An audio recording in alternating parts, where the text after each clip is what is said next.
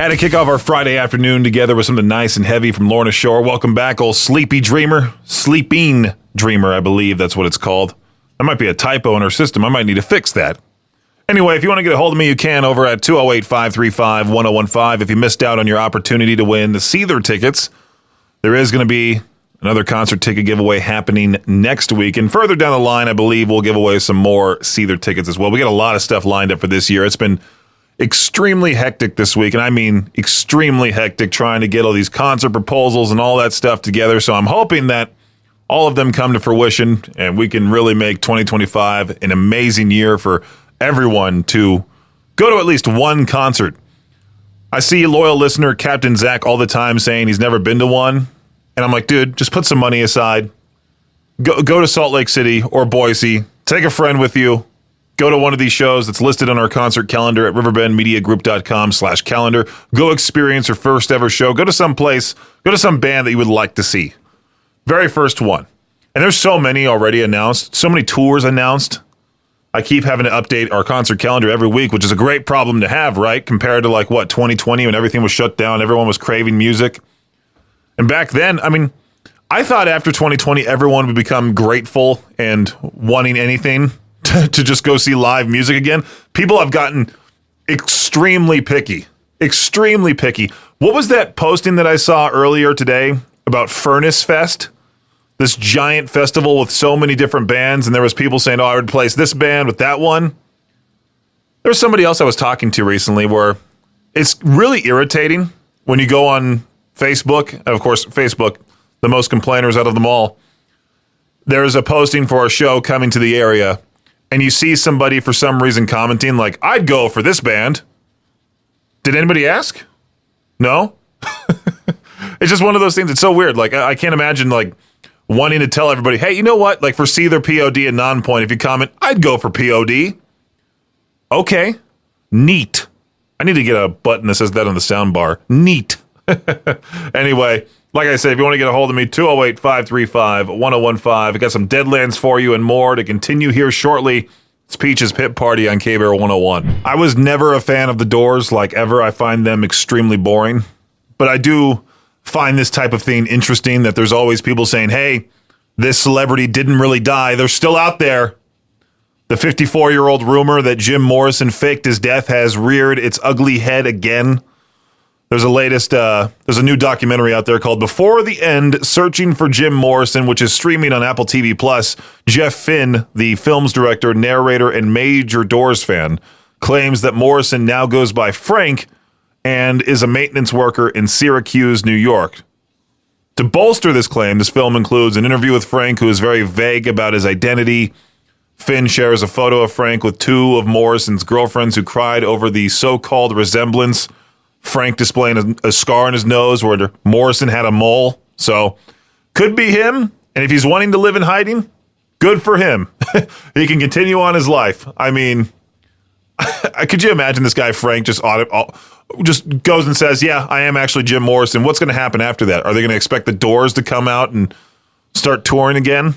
I don't think so. I think this guy just wants his peace, and we need to give him it.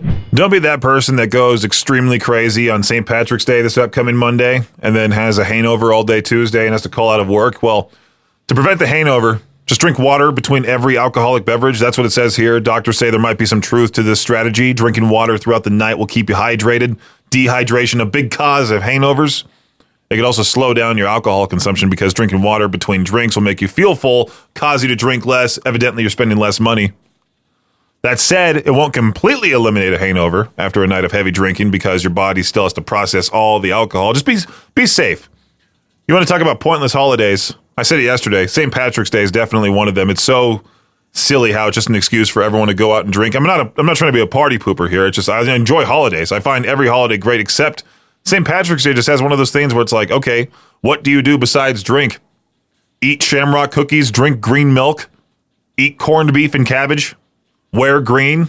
Ooh, fun. If you're one of those secret nose pickers, be careful. Don't go too far. This guy in China recently had to undergo emergency surgery because he blew out an artery while picking his nose. Not a bar fight, not a car accident, just some high stakes nostril mining gone horribly wrong. He was just sitting at home doing what I assume was a routine booger check when suddenly, bam, severe nosebleed. And I'm not talking about the whole like tilt your head back, wait it out kind. This man was leaking like a busted fire hydrant. Turns out he went a little too aggressive with the excavation, ruptured his posterior nasal artery. Had to be rushed into emergency surgery just to keep him from draining out like a unplugged bathtub. So, yeah, his picture and name is all over the article, which really does suck. Oh, actually, does it say his name? Well, they show his picture, so people from his town, his area that know him, knew exactly this guy was picking his nose and almost died from it. And this right here is your Shot Clock Sports Update. Brace yourself because March Madness is right around the corner. Everything will be set up on Sunday at 6 p.m. Eastern Time with Selection Sunday. The 68 team fields for the men's and women's NCAA D1 basketball tournaments will be announced during selection shows that will air on CBS. From there, the first 4 games will be played on Tuesday and Wednesday of next week, and the first round starts on Thursday. The Tampa Bay Rays have decided not to move forward with plans to build a new stadium. In an announcement on social media, the Rays noted that the city of St. Petersburg is moving forward with plans to restore Tropicana Field, which resulted in the team pulling out of a deal to build a new stadium. If you'll remember, Tropicana Field was severely damaged during Hurricane Milton. The Rays will play their 2025 home games at Steinbrenner Field in Tampa, and then if everything goes according to plan, Tropicana Field will be repaired in time for the 2026 season. MLB players love teasing rookies during spring training, but Boston Red Sox pitcher Walker Buehler, who used to be on the Dodgers, took things to a whole new level with the team's number 1 prospect outfielder Roman Anthony. The two were talking about coffee one day, and Buehler explained that Anthony had to get Starbucks orders for everyone at spring training the next morning. That ended up being 76 people. Anthony asked another rookie, Marcelo Mayer, to help him out with the 5 a.m. Starbucks run, but after about 20 orders, Anthony's credit card was declined because the bank suspected fraud. Mayer then started paying, and the teammates did pretty well with the orders as they got 75 out of 76 correct. I remember doing something very similar for TMZ on Fridays. They would do a massive Starbucks order and make me and the rest of the production assistants go to the one Starbucks, pick up all those drinks, make sure they were all correct, and get them to each individual person working at TMZ. And it was around 75 to 76 people, if not more. That Starbucks hated us. I hated doing it. And if we got one order wrong, were we in trouble. That does it for your Shot Clock Sports Update right here on K-Bear 101. I'm 28, which means the end of my 20s is coming up fast, kind of like a test you forgot to study for. I saw this Ask Reddit thread where people share their biggest regrets from their 20s. Being a people pleaser, not investing money, wasting time on bad relationships, skipping social events, and not developing good habits. Oh, and getting married made the list. I mean, let's be real. Nobody makes it through their 20s without at least a few bad decisions haunting them. I feel like people always say, oh, I lived up life in my 20s. It sucks being 40, whatever. Some people turn it around. Some people just keep making the same mistakes with more expensive consequences. Either way, it's wild how much of your 20s is just trial and error with no refunds. Disturbed on their 25th anniversary of the Sickness Tour, going across the entire country. I saw their very first show in Nampa at the Ford Idaho Center Arena. It was cool seeing like their setup of fire that they shoot off during the songs, of course. But their recent concert at Chicago's United Center got a little too fiery. Their pyrotechnics ended up damaging some of the Chicago Bulls championship banners hanging from the rafters. The fire effects were intense enough that the show had to be briefly stopped while the venue staff checked for any serious issues. United Center officials confirmed there was minor damage to the banners, but didn't indicate if they'd need to be replaced or not. Meanwhile, Disturbed frontman David Draymond addressed the incident, joking about it on social media. Despite the unexpected indoor fireworks, the show continued. No major harm was done except to the Bulls' history, which now has a few scorch marks. I think it adds character, to be quite honest, and to say Disturbed set fire to some of our banners, that's pretty cool, right? As a guy who used to work at Knott's Berry Farm, specifically the log ride, when I see stories like this, it gives me some sort of PTSD, because I remember having to yell at people. I remember my team lead at the time saying, hey, if you see anybody reach their hands out of the log to splash their friends with the water, You can yell at them as much as you want. And so I used to just full on, and I would look so stupid because I would have the beanie on, the flannel, the suspenders, the jeans. Keep in mind, it's like 80 plus degrees during the summertime in California. It's hot, and I'm wearing a flannel with the beanie and all of that. It's awful. So I was already mad as it is with the heat and stuff, and I would get to yell at so many people, splashing their friends, and nobody would listen. They would keep doing it. And there was a time, I think, when I was working at the log ride where somebody just decided to get out of the log mid-ride to start walking around. It happens. People just don't want to listen, especially at theme parks. They want to do what they want to do type of thing.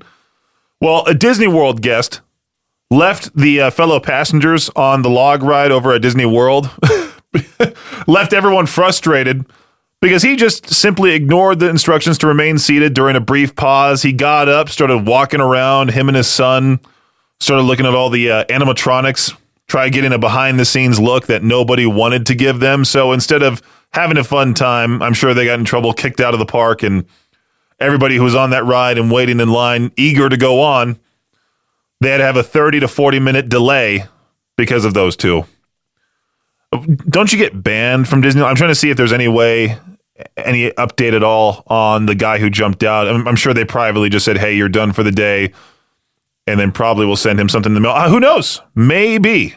But I'm reading here also the cast members came over the speaker 3 times. Yes, 3 times, asking him to get back into the log, and he refused. Again, people just don't want to listen. All right, so if you thought ads were already too invasive, like when your phone magically knows when you're talking about certain items, Dodge just cranked it up to 11. The new Chargers they're putting out there, they're now coming equipped with pop-up ads at every stop. That's right. You roll up to a red light and boom, your car is pitching you a subscription to Hulu, which means if you drive a Charger, you've officially entered this dystopian, I'm going to call it hexscape, where even your car is trying to upsell you, like low on gas, here's a 20% off code for gas station sushi. Let's not forget, this is a muscle car we're talking about, a car built for speed, so I guess Dodge's new motto is built to perform until you stop, then it's a billboard type of thing. The only way to make this worse is if the ads started auto-playing sound, like what happens at gas stations. Imagine trying to look cool at a stoplight while your dashboard starts blaring an Olive Garden commercial. When you're here, you're family. Yeah, not anymore. I'm getting out. Well, I was not expecting to ask this question for to peach their own. I just came across it on Ask Reddit. I sent it to my friend Andy, and sure enough, he had this full-on answer about it. So I'm like, you know what? Maybe everyone else in the K-Bear Rock Army also has a full-on answer for this question. I read it, and I was like, maybe there's not going to be too many answers for it. What's an underrated pizza topping? The top comment I see on Reddit right now, roasted garlic, but also diced garlic. Love both. Let's go ahead and see how many comments there are in the K-Bear 101 Idaho Rock and Metal Facebook group just to see what people have put so far. Okay, one guy just simply put sauce. What type of sauce we talking here? Tomato sauce? We talking Alfredo? We talking ranch? I don't know. Mushrooms? I agree with Brandon. Mushrooms, definitely. For some reason, people hate mushrooms. I love them. It's weird. I just like those a lot, especially on pizza. What's an underrated pizza topping? Let me know for to peach their own today. 208-535-1015. K-Bear, what's going on? What's up, Peaches? This is Vortex. Hey, Vortex. What's an underrated pizza topping? I'd have to say pepperoni. I've run into so many people lately that just don't like pepperoni on pizza. They'd rather have anything else, it seems like. Yeah, that's me for sure. I find pepperoni pizza pretty boring, and it's to me. I would much rather have like a Supreme, something with veggies, or even like just sausage and bell pepper, something like that. Yeah, fair enough. You feel like you get more for your money when you have more toppings on it, I guess. Yeah, there was one pepperoni pizza I had not that long ago. I believe it was from Marco's, the Magnifico pizza with the curled up pepperoni. That was actually pretty good, but it was extremely greasy. I've never. They are. Yeah, I lifted it up. I'm like, I'm one of those fat dudes that likes to eat in bed. So I'm like, I have the box right there on the bed, and I'm like, what? Is grease going to go all over the sheet? So I quickly picked it up, ran to my kitchen on the dining room table. Oh, no. Ate it like a normal human being after that. I've had a few like that. I don't know how they get their pepperonis to curl up. Like, I guess they cook them a little longer, maybe. I don't know. They're the only pieces I've seen that do that. Let me see. How to get pepperoni to curl up. Oh, to cup. Is that what it's called? To cup. Use pepperoni made in a natural or collagen casing. Slice it to a thickness of about 1/8 inch, then bake it on a pizza at high heat, and that's so we can get it to curl up. I guess the thickness of it. There's just something about that. It tastes better. Yeah, it does. It does. You also feel almost hipster-like, where you're like, oh, you eat pepperoni the old-fashioned way. I like mine curled up. Okay? Yeah, exactly. Well, thank you, Vortex. I appreciate the answer. Not a problem. Have a good one. You have a great weekend.